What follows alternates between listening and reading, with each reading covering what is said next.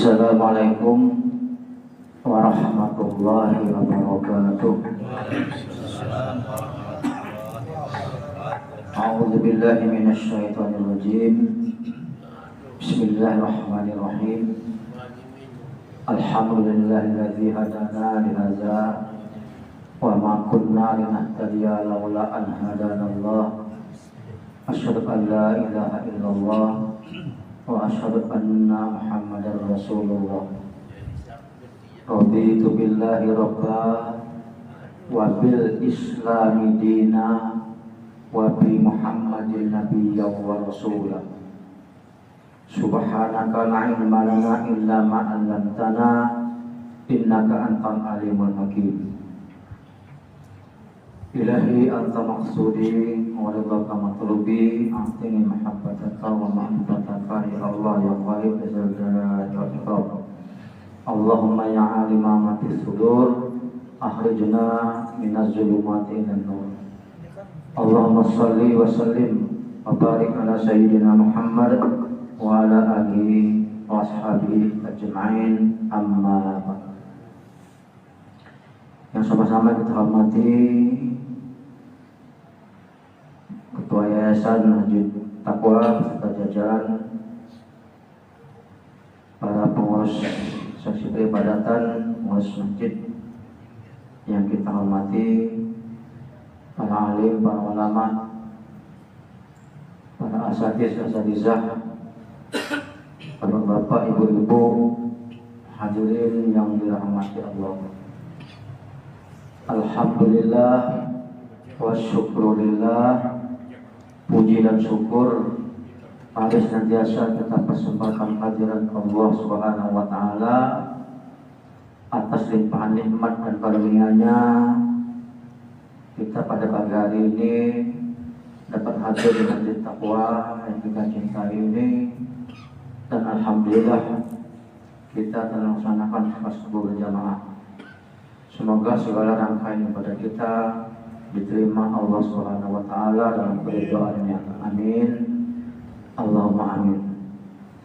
Salawat dan salam semoga senantiasa tetap Allah curahkan kepada junjungan kita, panutan umat Nabi Muhammad Rasulullah sallallahu alaihi wasallam, juga kepada keluarganya, para sahabatnya, serta para pengikut beliau yang istiqomah dalam mengikuti dan melaksanakan ajaran Islam, termasuk kita yang hadir di Masjid Taqwa ini hingga pengikut beliau akhir zaman kelak. Amin. Allahumma amin. Bapak, ibu-ibu, hadirin yang dirahmati Allah, untuk pagi hari ini dengan waktu yang sangat singkat ini, kita sedikit barangkali sekedar untuk mencermati tentang bulan haram.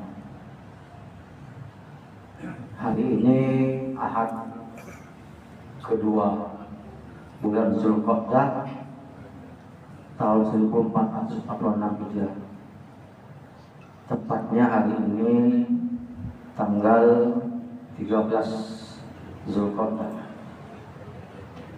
Jadi bulan haram itu dalam kalender Hijrah ada 4: Zulqa'dah, Zulhijjah, Muharram, dan Rajab. Dan bulan haram ini ditegaskan Allah dalam firman-Nya, inna iddatas syuhuri indallahi 12 syahran fi kitabillahi yauma khalaqas samawati wal ardi minha arba'atun hurum. Dzalika ad-dinul qayyim fala tazlimu fihinna anfusakum faqatilul musyrikina kafatan kama yuqatilukum kafah wa'lamu anallaha ma'al muttaqin.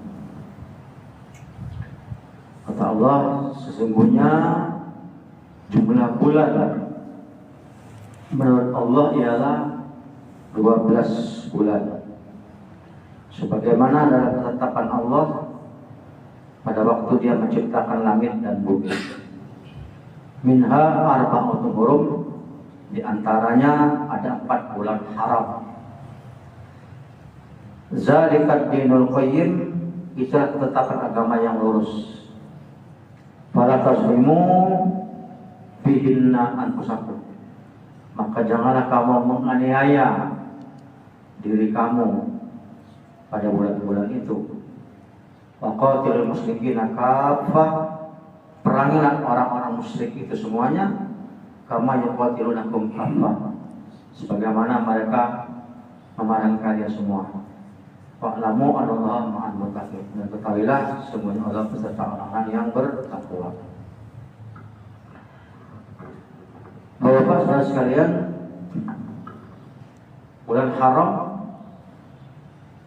ini dari segi bahasa, dari segi hukum. Kalau dari segi hukum kita sudah tahu semua, haram itu artinya kalau dikerjakan mendapatkan dosa, ditinggalkan mendapatkan pahala. Ditinggalkan berpahala, dikerjakan berdosa. Itu namanya haram. Nah, tapi dari segi bahasa, haram itu berarti mulia, berarti bulan yang dihormati, bulan yang diagungkan. Maka itu ada nama masjid yang sudah tak asing lagi bagi kita umat Islam, adalah Masjid Haram. Masjid Haram itu adalah masjid yang dimuliakan, masjid yang dihormati, masjid yang diagungkan. Dan yang memberi nama Masjid Haram itu Allah langsung, bukan Nabi Muhammad yang berinya nama, bukan nabi-nabi sebelumnya, bukan pula para alim, para ulama, bukan. Tapi adalah Allah Subhanahu wa Ta'ala langsung. Dia ada 2 masjid yang diberi nama oleh Allah langsung, Masjid Haram dan Masjid Aqsa. Ini sekalian asli. Masjid Aqsa itu sendiri disebut juga dalam Masjid Baitul Maqdis. Maka ketika peristiwa peringatan Isra Mi'raj, sering juga disebut dengan dari Masjid Haram ke Baitul Maqdis. Ya, Masjid itu adalah Masjid Aqsa. Nah, dan Aqsa itu adalah tempat berangkatnya Nabi Muhammad SAW ketika melakukan perjalanan Mi'raj. Jadi Isra, dia berjalan dari Makkah ke Palestina, mampir di Masjid Aqsa, lalu dari Aqsa dia Mi'raj ke Sidratul Muntaha. Nah, jadi siapa yang meninggalkan perbuatan haram, maka dia termasuk orang yang terhormat. Jadi itu kaitannya. Dari segi bahasa, haram tadi artinya ditinggalkan berpahala. Dari segi bahasa, haram artinya mulia, terhormat, dan agung. Jadi orang yang meninggalkan perbuatan haram, dia akan menjadi orang yang terhormat. Nah, maka itu di ayat ini, surah At-Taubah ayat 36, ini dikatakan Allah, jangan kamu menganiaya diri kamu pada bulan haram itu. Nah, pengertian menganiaya di sini menurut para ulama, yaitu melakukan maksiat. Jadi pengertian menganiaya diri sendiri di situ adalah melakukan maksiat, artinya melakukan perbuatan dosa. Para ulama memberikan penafsiran bahwa yang berbuat baik di bulan haram pahalanya dilipat gandakan, yang berbuat dosa dosanya dilipat gandakan. Lain dengan bulan Ramadan. Ramadan yang berbuat baik dilipat gandakan 70 kali, yang berbuat dosa cuma 1 kali sesuai dengan amal perbuatannya, tidak berlipat-lipat dosanya. Bulan Ramadan. Jadi kalau Ramadan titik beratnya adalah banyak mendapatkan pahala. Nah, di bulan Haram, Zulhijjah, Zulqa'dah, Zulhijjah, Muharram dan Rajab itu adalah dilipat gandakan semua. Yang berbuat baik pahalanya berlipat-lipat, yang berbuat maksiat dosanya berlipat-lipat. Maka itu dimulai dari bulan Zulqa'dah. Zul artinya memiliki, Qa'dah artinya duduk, menduduki. Jadi memiliki, menduduki. Nah, jadi kalau orang duduk itu artinya tidak ada aktivitas yang jelek. Duduk namanya. Ini dapat dimaknai dengan perbuatan diam dan tidak melakukan aktivitas kejahatan. Dan sudah menjadi kebiasaan orang-orang Arab di bulan Haram itu, Zulqa'dah, Zulhijjah, Muharram dan Rajab, mereka itu tidak melakukan peperangan. Karena di Arab itu Pak, dulu memang hobinya perang. Kalau sehari beda perang demam. Jadi siapa yang kira-kira sehari tak ribut dia rasa demam, masuk orang Arab jahiliyah. Itu dulu.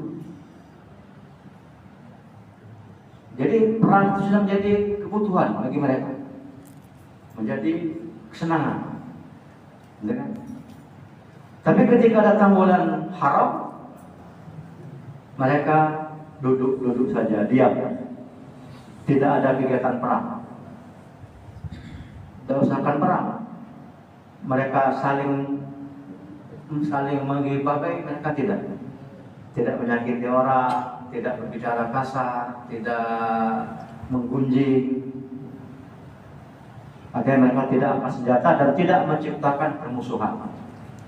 Sampai-sampai ada seorang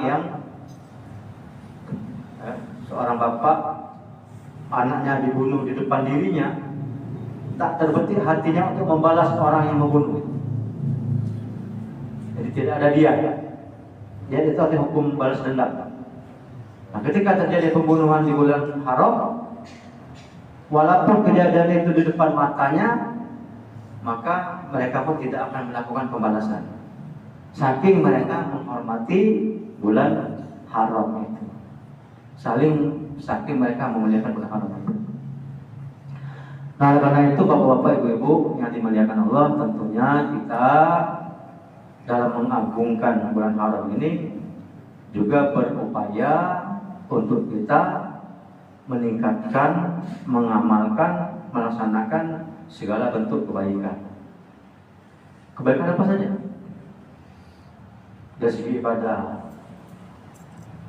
sholat kita ditingkatkan,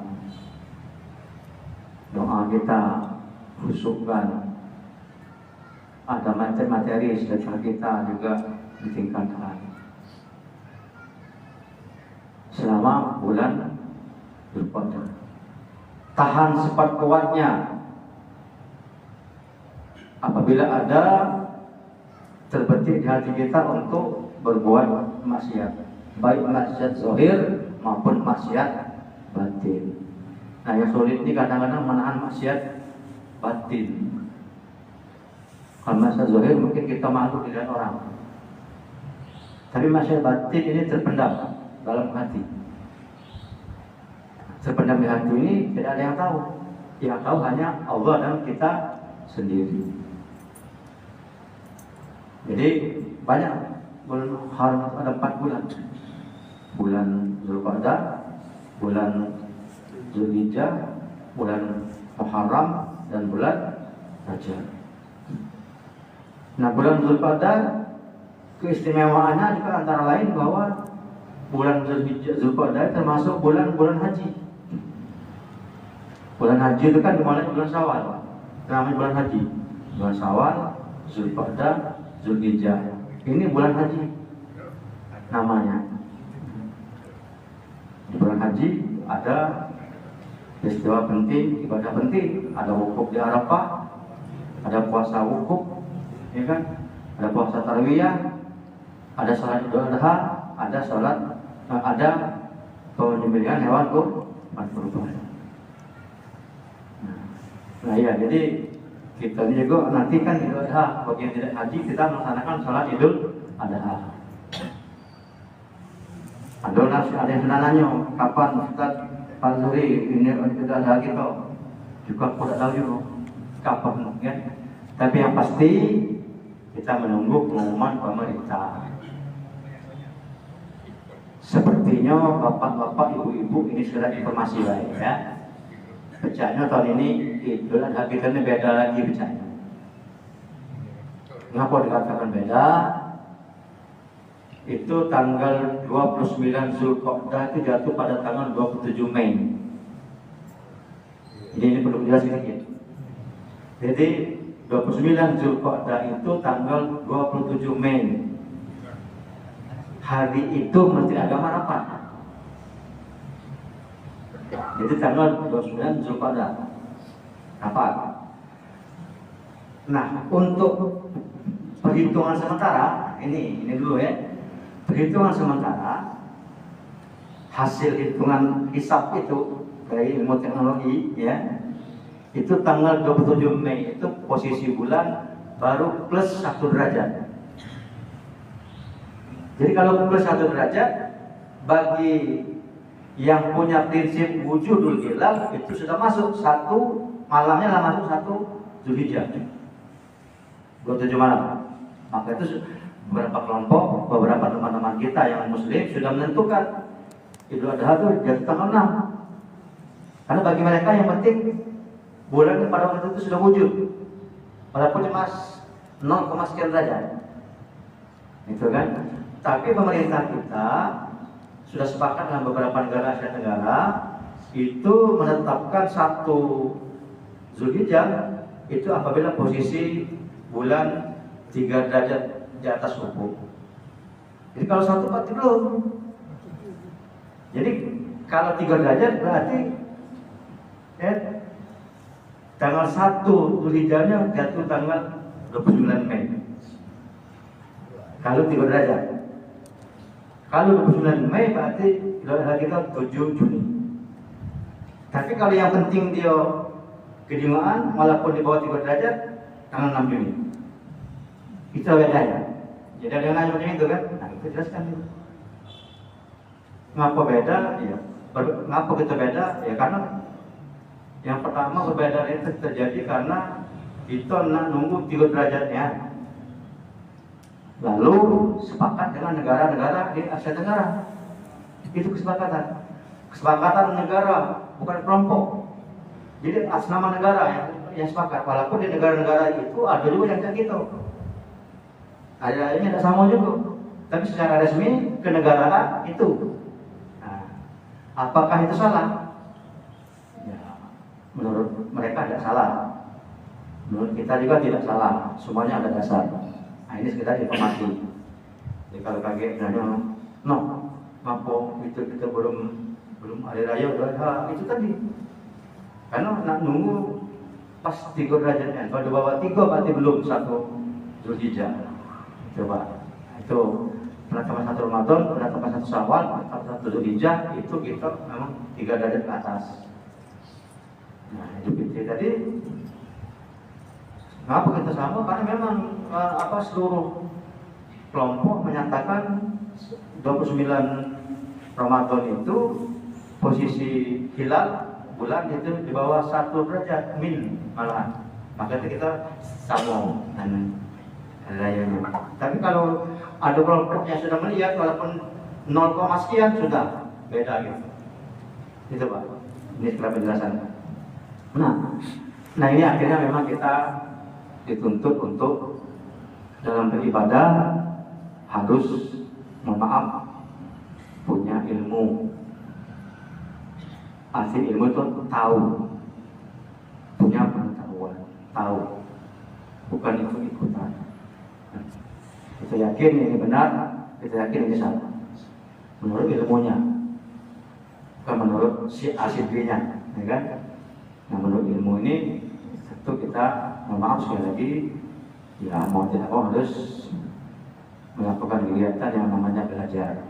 Ya belajar banyak cara, ya kan? Mencari sumber informasi. Jadi selama kita di dunia ini selaku umat Islam, setidaknya kita harus memiliki 4 macam yang harus kita amalkan. Punya 4 macam yang harus melekat pada diri kita dan itu kita amalkan. 1, kita wajib punya ilmu. 2, kita wajib beramal dengan ilmu itu. Yang ketiga, kita wajib berdakwah.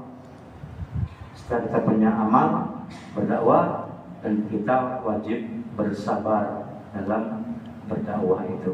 Jadi ilmu, amal, dakwah, dan sabar. Ini kita miliki. Nah, untuk memilikinya tentu sekali lagi kita harus punya usaha. Jadi ilmu yang paling pokok yang wajib kita miliki, yang paling penting sebagai ilmu dasar adalah ilmu mengenal Allah Subhanahu wa Ta'ala. Mengenal Allah. Mengenal Allah itu adalah awal dari amal-amal yang lain. Mengenal Allah Subhanahu wa Ta'ala. Allah yang kita sembah, Allah yang mana? Sudahkah kita merasakan keberadaan Allah Subhanahu wa Ta'ala dalam ibadah kita? Ciri orang merasakan keberadaan Allah dalam ibadahnya adalah dia merasa nyaman dan merasa butuh dengan ibadah itu. Jadi kalau orang tidak nyaman, belum merasa nyaman dengan ibadah yang dilakukan, masih ada rasa sedikit keterpaksaan, maka itu sebagai gejala dia belum merasakan keberadaan Allah Subhanahu wa Ta'ala. Nah, untuk kenyamanan inilah kadang-kadang memang banyak macam yang dilaksanakan. Nah, seperti majlis kita ya, supaya nyaman, amalnya bagus, ya kan? Kemudian ada AC-nya, okay? Ada kipas anginnya. Ini salah satu faktor pendukung supaya nyaman dan betul-betul khusyuk dalam beribadah. Walaupun segala fasilitas yang ada ini bukan tujuan, tapi ini pendukung. Jadi tidak salah. Wajar-wajar banget, ya kan? Nah, jadi ilmu yang paling utama itu adalah mengenal Allah Subhanahu wa Ta'ala. Maka lahirlah yang namanya ilmu tauhid. Jadi dengan mengetahui tentang Allah, maka kita betul-betul ibadah itu tepat sasaran, betul-betul menuju Allah, betul-betul menyintai Allah.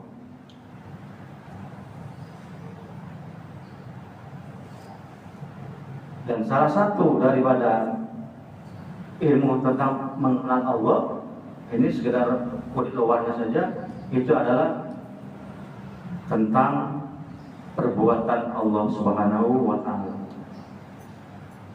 Bagaimana Allah itu berbuat dan bagaimana mengetahui perbuatan Allah. Maka dalam tauhid itu ada namanya af'al Allah Subhanahu wa Ta'ala. Artinya keesaan af'al, keesaan perbuatan Allah Subhanahu wa Ta'ala. Nah, kalau kita berbicara tentang keesaan Allah Subhanahu wa Ta'ala, keesaan perbuatan Allah Subhanahu wa Ta'ala,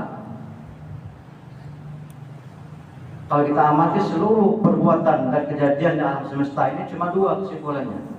Seluruh kegiatan, seluruh kejadian seluruh perbuatan, baik oleh manusia, baik juga oleh hewan, makhluk yang lain, itu dua cuma dapat dikategorikan perbuatan atau kejadian itu baik atau perbuatan atau kejadian itu buruk. Jadi baik dan buruk. Nah, perbuatan baik itu misalnya termasuk orang yang taat, orang beriman. Itu baik dari segi bentuknya maupun baik juga dari segi isinya, hakikatnya baik semua. Ada lagi yang jelek bentuknya tapi baik hakikatnya. Nah, di sini kadang-kadang banyak yang tidak menerima. Baik dalam bentuknya, buruk dalam bentuknya, tapi baik dalam hakikatnya. Ini kalau kita berbicara tentang keesaan apa? Keesaan perbuatan Allah Subhanahu wa Ta'ala. Apa itu? Contohnya, orang kufur, ingkar kepada Allah, maksiat. Ini buruk, jelek dari segi bentuknya, dari segi rupanya jelek. Itu kan jelek itu. Kenapa itu jelek? Kenapa itu buruk? Karena memang sudah ada ditetapkan dalam hukumnya. Mencuri itu jelek. Kenapa? Memang hukum ada hukumnya. Mencuri itu haram, jelek. Memperkosa jelek, berzina jelek, mabuk-mabukan jelek, menipu jelek, curang jelek, ghibah jelek. Kenapa tidak akan jelek dan buruk? Karena itu sudah ada hukumnya. Sudah merupakan ketetapan hukum. Tapi dari segi isinya, dari segi hakikatnya, kufur dan maksiat itu tetap saja baik. Kenapa dikatakan baik? Karena itu tetap bersumber dari Allah Subhanahu wa Ta'ala. Segala yang bersumber dari Allah itu adalah baik. Bencana baik hakikatnya, walaupun jelek dalam bentuknya, karena membuat sengsara, gitu kan? Nah, tapi dari segi hakikatnya, dari segi isinya tetap saja baik. Kenapa? Karena itu adalah kembali kepada asal mulanya, yaitu Allah Subhanahu wa Ta'ala. Jadi cara memandangnya bagaimana? Cara memandangnya, kita kembali ke persoalan dasar. Segala apa yang terjadi di muka bumi ini itu adalah atas perbuatan dan kehendak Allah Subhanahu wa Ta'ala.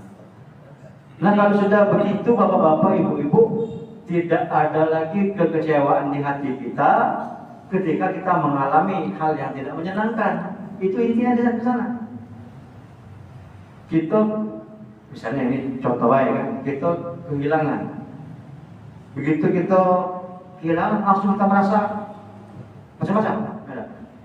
Tapi ketika kita merenung segala perbuatan itu adalah atas kehendak Allah, perbuatan Allah, maka kita sadar, oh iya, itu sudah kehendak Allah Subhanahu wa Ta'ala. Terima saja. Itu maksudnya. Nah, di sini orang yang betul-betul meyakini keesaan perbuatan Allah itu, maka dia tidak pernah menilai sesuatu itu buruk dan tidak pernah menilai sesuatu itu jelek. Ini kita kan kadang-kadang mohon maaf ya, dikatoi dikit baik lah ribut lah. Ada tuh ribut gitu, macam-macam. Sampai pernah terjadi oleh gara-gara bagian kita atau lain ya Pak, beributan, gitu kan? Ngato-ngatoi lah. Nah, di sini ada perlukan sisi pandang tauhid. Ini sudah merupakan kehendak Allah Subhanahu wa Ta'ala, dan ini cermin perbuatan Allah pada diri kita. Kita introspeksi diri kita nilai diri kita. Dan bermacam-macam, ya kan? Nah, kalau semuanya begini, ya barangkali aman gitu kan? Nah, aman. Nanti yang namanya perpecahan atau mandar, tapi karena selalu berdasarkan subjektif, Sehingga cara pandang itu selalu didasarkan pada emosi, pada nafsu. Inilah yang kita menjadi istilahnya itu perusak atau penghambat, penggagal menuju Allah Subhanahu wa Ta'ala. Karena itu Bapak-bapak Ibu sekalian, mari kita pertebal ilmu tauhid ini. Dimulai dulu dari keesaan Allah Subhanahu wa Ta'ala dari segi perbuatan. Ringkasnya, segala apa yang ada di muka bumi ini, kejadian baik maupun buruk, itu adalah kehendak dan perbuatan Allah Subhanahu wa Ta'ala. Kita harus pahami betul, tanamkan di hati kita, semua yang berasal dari Allah adalah baik. Mungkin jelek menurut kita, tapi tetap saja baik dalam pandangan Allah, di sisi Allah Subhanahu wa Ta'ala. Nah, nanamkan paham ini susah, ya kan? Susah. Maka para ulama, para wali, orang yang itu sangat mengutamakan hati, mereka kadang-kadang tidak begitu ambil pusing dengan apa yang terjadi pada dirinya. Entah jadi sasaran caci maki, entah jadi sasaran secara fisik, mereka serahkan kepada Allah Subhanahu wa Ta'ala. Itulah. Ada yang dicaci maki, dia yang sedang ada duit, uang yang nyaci, itu kan. Orang yang melempar dengan batu, dikasihnya makanan, itu. Karena dia merasa ini teguran Allah buat dirinya. Dengan semakin dia mengoreksi apa yang terjadi pada diri. Nah, barangkali karena waktu kita sangat terbatas, waktu suruh kita jam 5.58, 15 menit lagi. Jadi insya Allah nanti kita sambung lagi pada kesempatan yang akan datang. Untuk pagi hari ini barangkali cukup dulu. Kalau ada pertanyaan barangkali agak terbatas. Suruh ini kan waktunya tuh maksimal 20 menit sesudah terbit. Kalau 20 menit langsung duha, lain lagi, gitu kan? Nah, itu. Jadi bukan aku udah ini kan, jadi kita membatasi waktu. Ini kan berarti sementara kami balikan kepada moderator. Terima kasih. Terima kasih kepada Ustaz telah menyampaikan tausiahnya. Kepada Bapak Ibu, kalau ada yang ditanyakan, kami persilakan.